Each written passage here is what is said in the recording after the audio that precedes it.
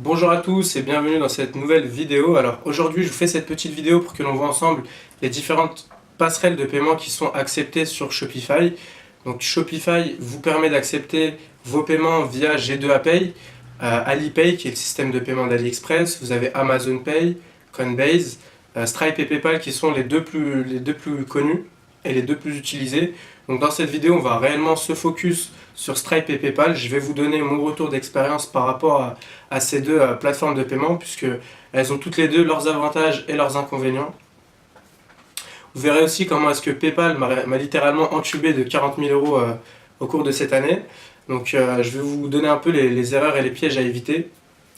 Et vous verrez qu'il est tout à fait possible de récupérer vos paiements via des crypto-monnaies. Ça peut être super intéressant dans la mesure où, comme certains le savent, les crypto-monnaies actuellement, ça explose complètement. Donc ça peut vous permettre de récupérer vos paiements en crypto-monnaie et de les mettre de côté ou faire du holding, ce qui va vous permettre de faire une plus-value tout simplement.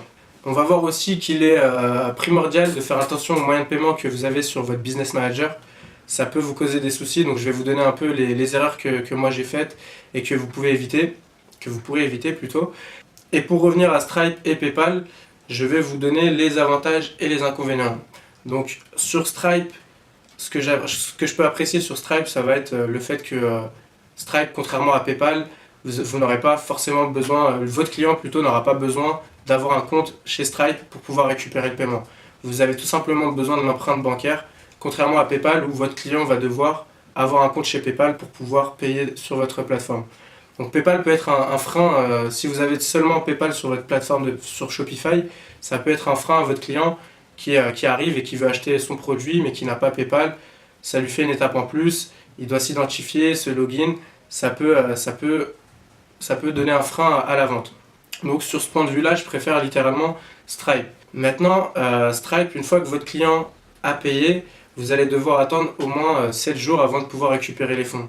Parce que Stripe estime qu'il leur faut au moins 7 jours où ils vont garder les fonds pour vérifier la véracité de la transaction, pour voir s'il n'y a pas un litige concernant la transaction.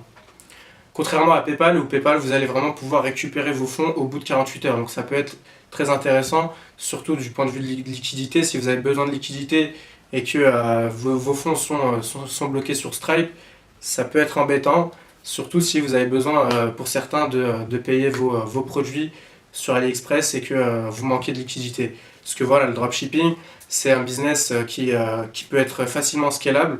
Donc si vous commencez tout petit et qu'ensuite vous commencez à scaler votre business et que vous manquez de liquidité parce que justement vous l'avez scalé, ça peut vraiment vous bloquer et perturber la continuité de votre business. Donc, encore une fois, sur ce point de vue-là, PayPal a son petit avantage.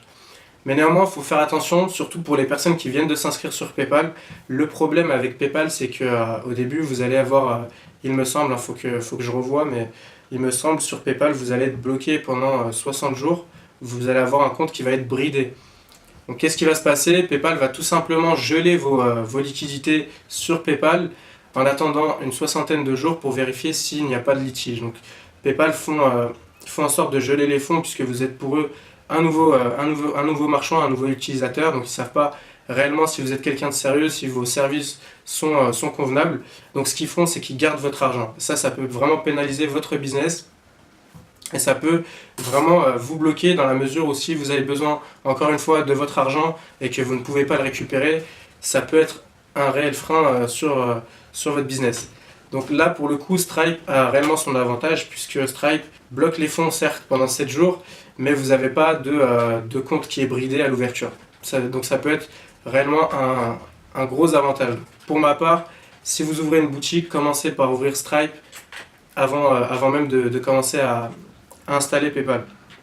Aussi, pour revenir à une chose qui est super importante, paramétrer correctement vos moyens de paiement. Ce serait dommage d'avoir votre première vente et de la louper parce que votre moyen de paiement, votre passerelle de paiement n'est pas correctement paramétrée. Ça peut être super con, hein, pour ne pas être vulgaire, ça peut être un peu débile de récupérer une vente et de ne pas pouvoir récupérer les fonds derrière. Et donc pour revenir sur les avantages de Stripe comparé à PayPal, et donc pour revenir sur les avantages que peut avoir Stripe, ce qui est pas mal sur cette plateforme, c'est que vous allez avoir beaucoup moins de litiges sur Stripe que sur PayPal. Sur PayPal, en proportion, j'ai à peu près 6 litiges pour un litige sur Stripe. Donc ce qui va se passer, c'est que sur PayPal, vous allez perdre énormément de temps et d'énergie à régler vos litiges et vos réclamations. Moi, j'ai plusieurs boutiques qui tournent actuellement et ce qui se passe, c'est que j'ai énormément de litiges et du coup, j'ai dû carrément embaucher une personne à plein temps pour s'occuper de mes litiges et de mes réclamations sur PayPal. Donc c'est un peu dommage, mais après, c'est à prendre en perspective puisque voilà, vous avez beaucoup moins de litiges sur Stripe, mais le problème, c'est que quand vous avez des litiges sur Stripe, en général, vous les perdez. Je gagne que 10% de mes litiges sur Stripe, le reste, ils sont perdus. Et en plus de ça, quand vous perdez des litiges sur Stripe, c'est ultra onéreux. Voilà, pour vous donner un petit exemple, si vous avez un litige pour 50 euros, vous allez payer au moins 10 euros de frais pour le litige Stripe. Donc vous perdez non seulement les 50 euros, vous avez envoyé le produit, et en plus de ça, vous payez des frais. Donc c'est vraiment c'est une lourde perte qui peut être un peu chiante, quoi. Donc c'est vraiment à prendre en perspective par rapport à PayPal.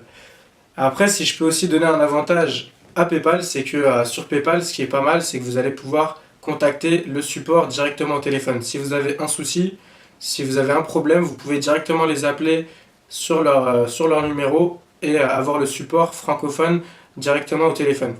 Ce qui n'est pas possible sur Stripe. Donc c'est un peu dommage, mais encore une fois, je préfère Stripe. Moi, si je devais vraiment trancher entre Stripe et PayPal, j'aurais vraiment pris le parti pour Stripe puisque j'ai beaucoup moins de soucis qu'avec PayPal.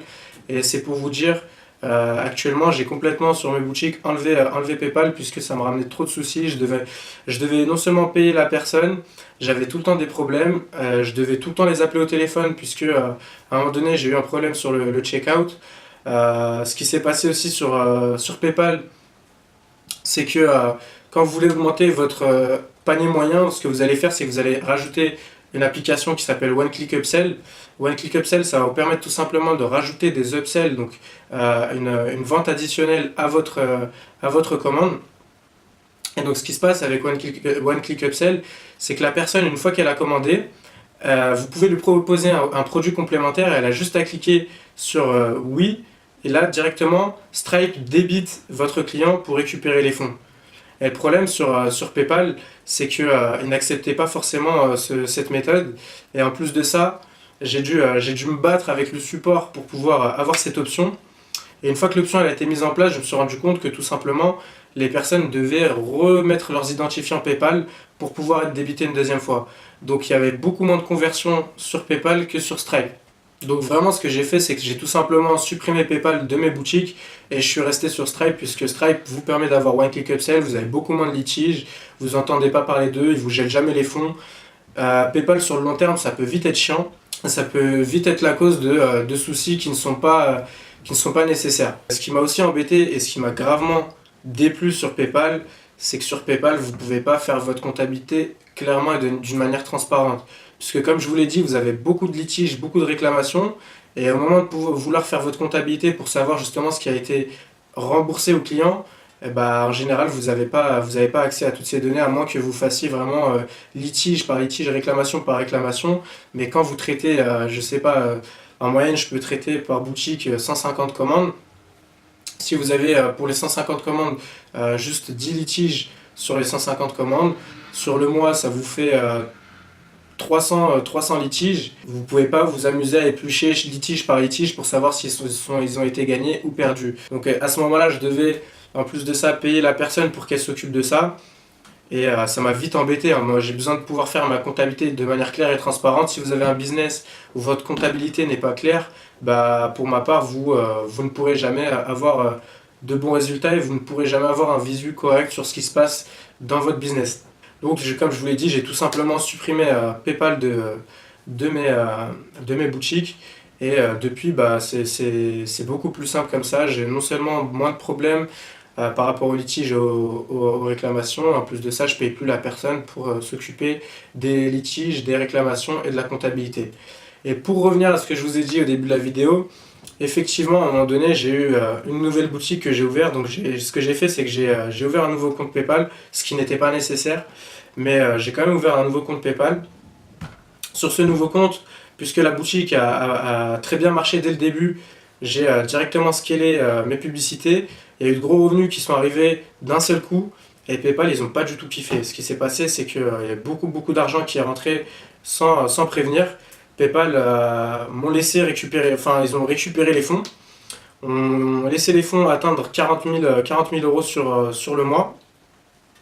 Et ce qui s'est passé, c'est que du jour au lendemain, ils ont gelé mon compte. Ils ont bloqué tout l'accès que je pouvais avoir à mes liquidités. Et j'ai essayé de les avoir au téléphone. Ils se sont rendus compte que je faisais du dropshipping. À ce moment-là, ils ont tout simplement gelé mon compte, bloqué mon compte de manière indéfinie. Et ce qu'ils m'ont dit, c'est que si je voulais récupérer mes fonds, je devais attendre au moins 6 mois. C'est pour vous dire un peu comment on a un peu les boules quand on entend ce genre d'informations, puisqu'on ne peut plus récupérer ses liquidités. Moi, actuellement, voilà, c'est une histoire qui est passée. J'ai pas encore récupéré mes fonds. Normalement, je vais les récupérer dans un mois. Mais ça peut vite faire chier et ça peut vite vous bloquer dans votre business. Donc, par rapport à mon expérience, si je peux vous donner un conseil, évitez PayPal. C'est vrai que les clients, en général, ils ont confiance en PayPal. Mais PayPal va vous apporter plus de problèmes, plus d'ennuis qu'autre chose. Et c'est des problèmes qui peuvent être évités et qui ne sont pas nécessaires, qui vont vous permettre de passer plus de temps sur des choses plus utiles, qui vont vous permettre d'apporter de la réelle plus-value à votre business. Donc si je devais vraiment trancher entre Stripe et PayPal, comme vous avez dû le comprendre, je choisis vraiment Stripe sans hésiter et je déconseille fortement PayPal. Pour revenir à la crypto-monnaie, pour revenir à ce que je vous avais dit en début de vidéo, ce qui peut être pas mal sur votre boutique, c'est d'ajouter une passerelle de moyens de paiement par rapport à de la crypto-monnaie. Vous avez sur Shopify accès à la passerelle Coinbase. Coinbase, ça va vous permettre de récupérer vos fonds en crypto-monnaie, donc en Bitcoin ou en Ethereum. Et c'est quelque chose à faire puisque voilà, c'est quelque chose qui est un peu à la mode, ça fait un peu le buzz en ce moment et ça va vous permettre de récolter des fonds qui vont prendre de la valeur dans le temps. Et pour finir cette vidéo, j'aimerais vous donner 2 derniers petits conseils. Donc ce serait d'une part par rapport à votre business manager. Donc ce que je peux vous conseiller de faire pour votre business manager, ça va être pour chaque compte publicitaire de séparer votre moyen de paiement et donner une carte bleue différente pour chaque compte publicitaire. Donc vraiment de manière à rendre indépendant chacun de vos comptes publicitaires.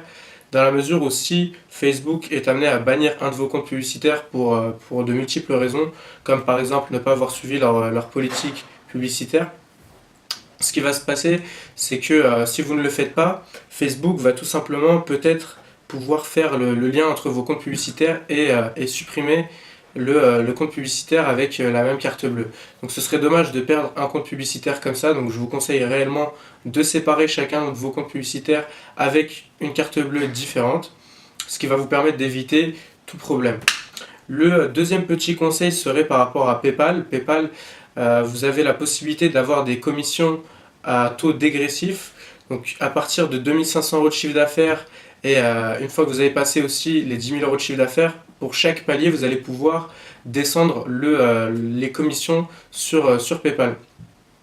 Donc ce que je vous conseille de faire, ça va être d'appeler le support client pour leur demander justement d'avoir accès au taux dégressif pour pouvoir payer moins cher. Donc ça va vous prendre 10 minutes à tout casser. Ça va vous permettre de récupérer une bonne partie des fonds qui peuvent être perdus sur PayPal. Donc comme je vous l'ai dit, séparer les cartes bleues sur le Business Manager et demander le taux dégressif puisqu'ils ne le font pas de manière automatique si vous ne demandez pas à ce qu'on vous donne le taux dégressif. Donc voilà pour cette vidéo, j'espère que les petites astuces vous auront aidé. N'hésitez pas à vous abonner à la chaîne YouTube, comme ça vous verrez directement à chaque fois que je poste une nouvelle vidéo pour vous donner des petites astuces, des petits tips pour que vous puissiez ne pas faire les erreurs que j'ai commises par le passé. Mettez vos questions dans les commentaires. Ajoutez-moi sur Snapchat et rejoignez la communauté Ecom Mania sur Facebook. Ciao ciao à tous!